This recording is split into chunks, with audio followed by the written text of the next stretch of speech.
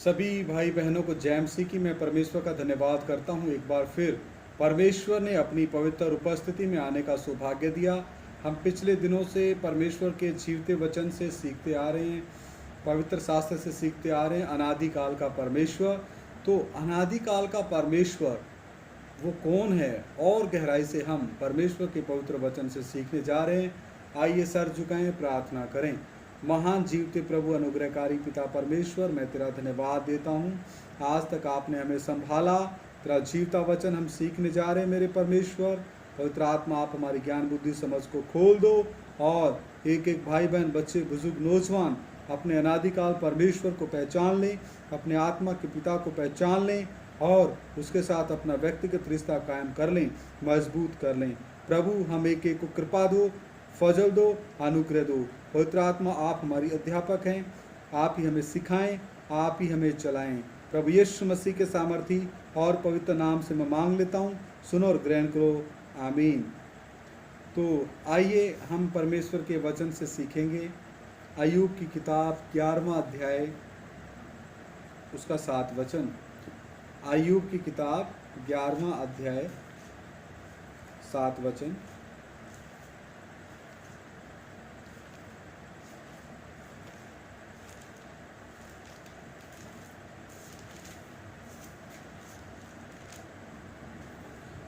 क्या तू परमेश्वर का गूढ़ भेद पा सकता है? परमेश्वर का वचन कहता है, क्या तू परमेश्वर का गूढ़ भेद यानी कि रहस्य पा सकता है? क्या तू सर्वशक्तिमान का मर्म पूरी रीति से जांच सकता है?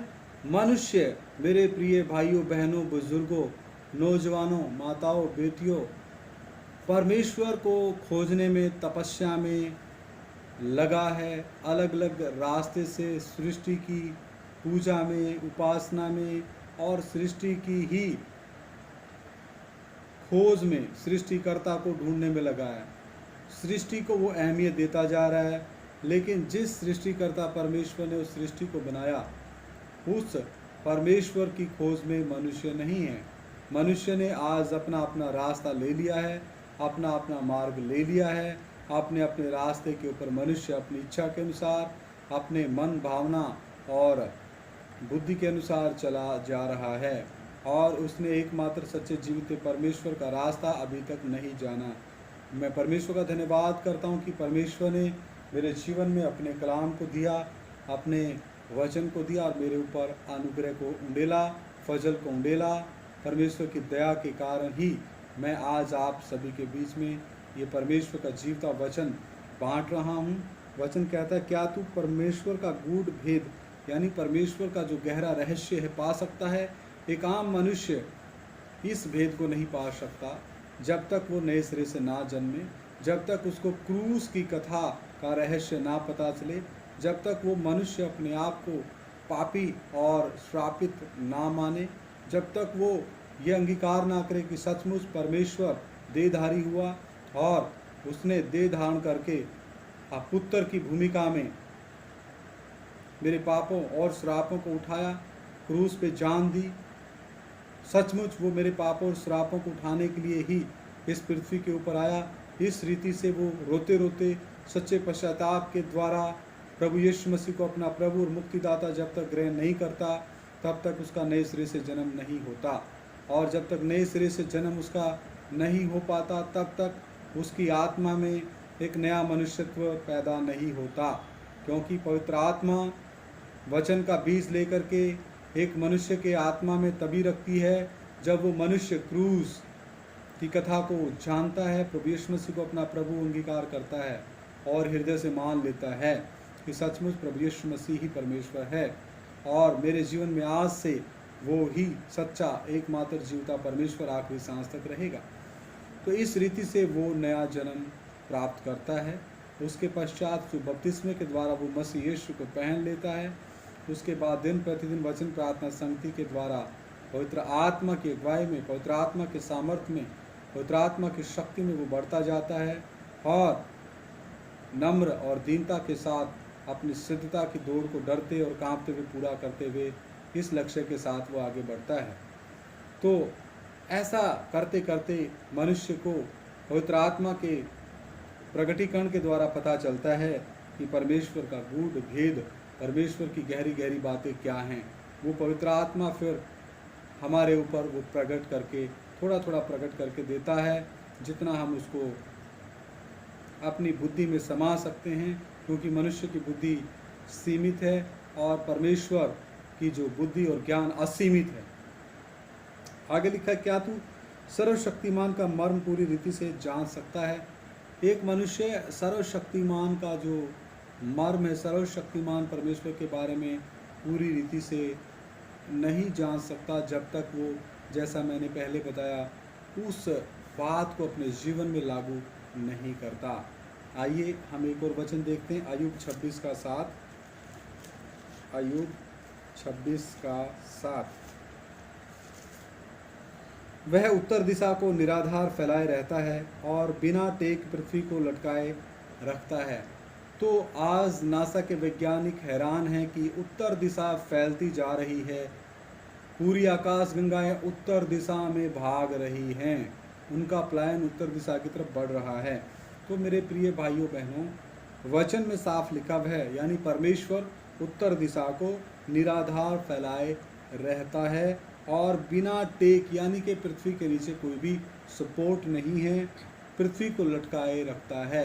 तो जैसा मैंने पिछली वीडियोस में भी बताया कि परमेश्वर किस रीति से पृथ्वी को लटकाए रहता है और अलग अलग धर्मों में, जातियों में, संप्रदायों में, बिरादरियों में, संस्कृतियों में अलग अलग सोचने को जैसा उनके विचार मिलते थे कि पृथ्वी के नीचे बैल है, जब एक सींग उसका थक जाता है दूसरे सींग पे पृथ्वी का वजन लेता है।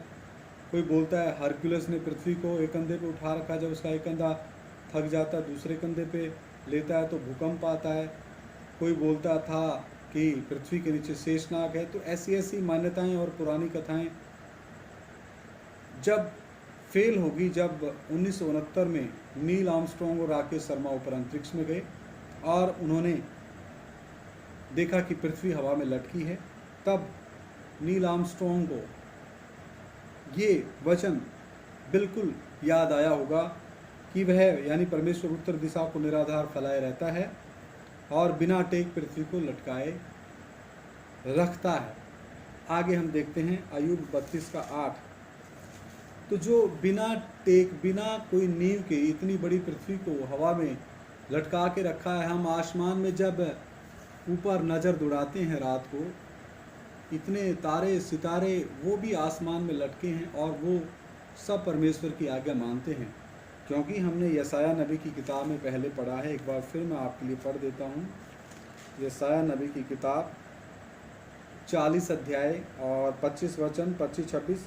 इसलिए तुम मुझे किसके समान बताओगे, यानी परमेश्वर को, कि मैं उसके तुल्य ठहरूं? उस पवित्र का यही वचन है, अपनी आंखें ऊपर उठाकर देखो, कहाँ आकाश गंगाओं की तरफ देखो, किसने इनको सृजा? वह इन गणों को, यानी आकाश गंगाओं को गिन गिन कर निकालता, उन सब को नाम ले लेकर बुलाता है। वह ऐसा सामर्थी है कौन? परमेश्वर, और अत्यंत बली है कि उनमें से कोई बिना आए नहीं रहता। तो आकाश गंगाएं और ये चांद सितारे ग्रह नक्षत्र ये भी परमेश्वर की आज्ञा का पालन करते हैं। लेकिन मनुष्य जाति का जो हाल है वो भी हम यशायाह नबी की किताब पहले अध्याय में देखते हैं। पहला अध्याय, यशायाह नबी किताब पहला अध्याय 2 और 3।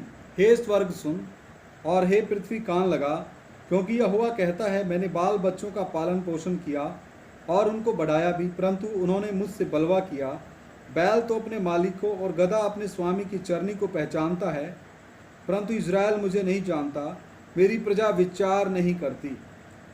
तो यहाँ जानवरों के अंदर बुद्धि इतना काम करती है कि वो एक बार जिस घर में रहने लग जाता है उस मालिक को पहचान लेता है। बैल तो अपने मालिक को और गधा अपने स्वामी की चरनी को पहचानता है। लेकिन मेरे प्रियो, आज की जो आधुनिक मानव जाति अपने आत्मा के कर्ता, अपने परमेश्वर प्रभु यीशु मसीह से दूर हो चुकी है, जो आत्माओं का पिता है, जो हमारी आत्माओं को माँ के घर में रचता है, और इसका भी सबूत वचन में है। भजन संहिता, पिछली बार भी हमने इसको पढ़ा था। भजन संहिता 139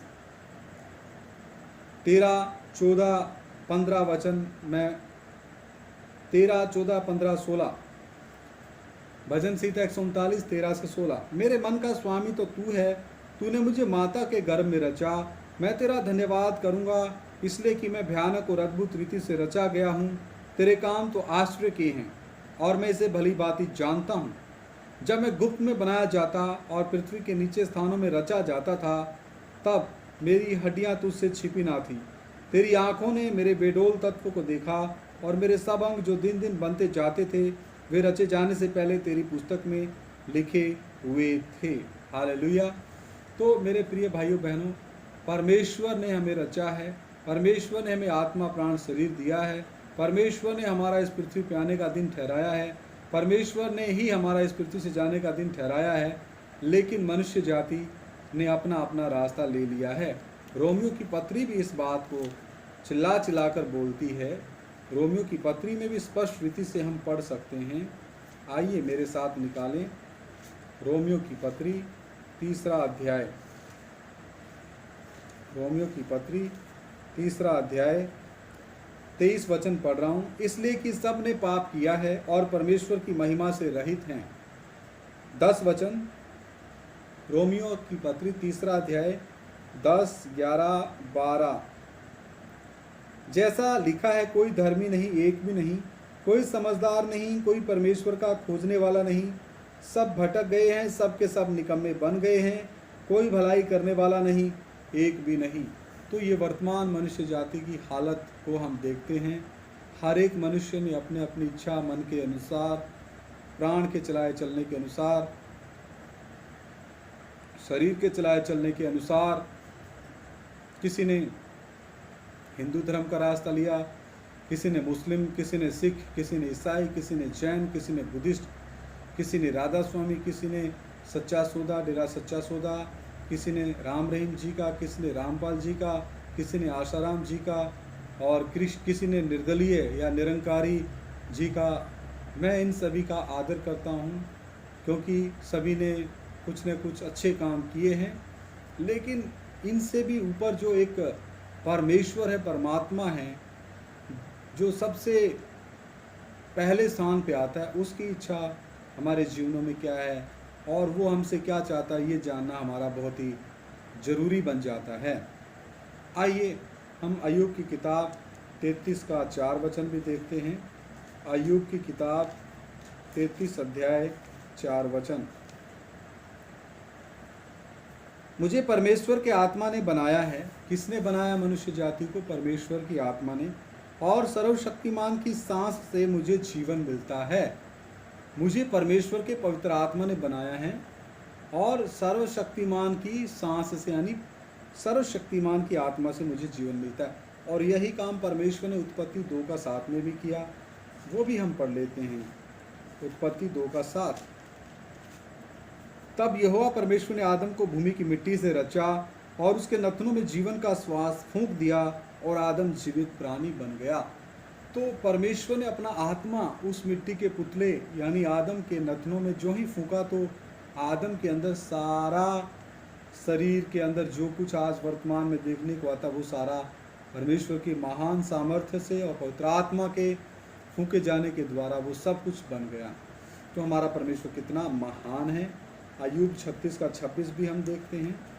अय्यूब 36 का 26। देख, परमेश्वर महान और हमारे ज्ञान से कहीं परे है और उसके वर्ष की गिनती अनंत है। मनुष्य अपने ज्ञान के द्वारा अगर परमेश्वर को खोजने की कोशिश करेगा तो ये असंभव है, क्योंकि वो सर्वज्ञानी परमेश्वर है।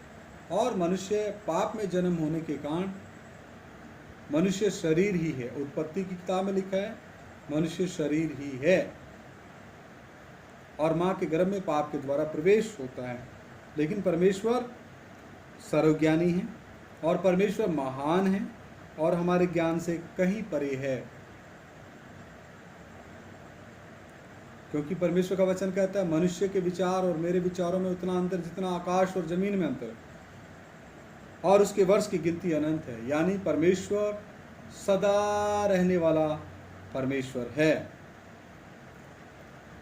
38 का 4 भी हम पढ़ते। अय्यूब, जब मैंने पृथ्वी की नींव डाली तब तू कहाँ था? यदि तू समझदार हो तो उत्तर दे। जब अय्यूब ने परमेश्वर के साथ वाद विवाद करना चाहा तो उस समय परमेश्वर ने अय्यूब से सवाल पूछने चाहे, क्योंकि अय्यूब की महत्वाकांक्षा इतना परवान चढ़ गई थी, सर चढ़ गई थी कि उसको अपने धर्मी होने का कहीं ना कहीं घमंड होने लग गया था। इस रीति से परमेश्वर ने उससे पूछा, जब मैंने पृथ्वी की नींव डाली तो हे अय्यूब बता उस समय तू कहाँ था?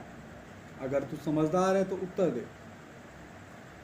तो इस रीति से हम देखते हैं कि परमेश्वर जो अनादिकाल का परमेश्वर है, उसके भेद को कोई अपनी आत्मा के द्वारा, बुद्धि के द्वारा, ज्ञान के द्वारा समझ नहीं सकता। उसको समझने के लिए पवित्र आत्मा ही हमारी ज्ञान बुद्धि समझ को खोल सकता है। तो हमारा कर्तव्य बनता है इस एकमात्र सच्चे परमेश्वर को जानना और दिन प्रतिदिन नम्र, दीन और परमेश्वर के स्वरूप और समानता में बढ़ते जाना। आइए सर झुकाएं, प्रार्थना करें। महान जीवते परमेश्वर, अनुग्रहकारी प्रभु, तेरा धन्यवाद करते हैं। थोड़ी देर तेरा जीवता वचन सीखा और गहराई से आप हमें सिखाएं, हमें नम्र बनाएं, हम घटते जाएं, आप हमारे जीवनों में बढ़ते जाएं। जो भी भाई बहन, बच्चे बुजुर्ग, माता बेटियां ये वचन सुने, आप उनकी ज्ञान बुद्धि समझ खोल दो और वो अपना आत्मिक रिश्ता आपके साथ कायम कर सके, संगति मजबूत कर सकें और आपके सामने हम प्रसन्नदायक जीवन व्यतीत कर सकें। सारा आदर महिमा जलाल तेरे नाम को देते हुए ये प्रार्थना हमारे उद्धार के कर्ता प्रभु यीशु मसीह के सामर्थी और पवित्र नाम से मांग लेते हैं। सुनो और ग्रहण करो, आमीन। सभी को जय मसीह की। मारानाथा।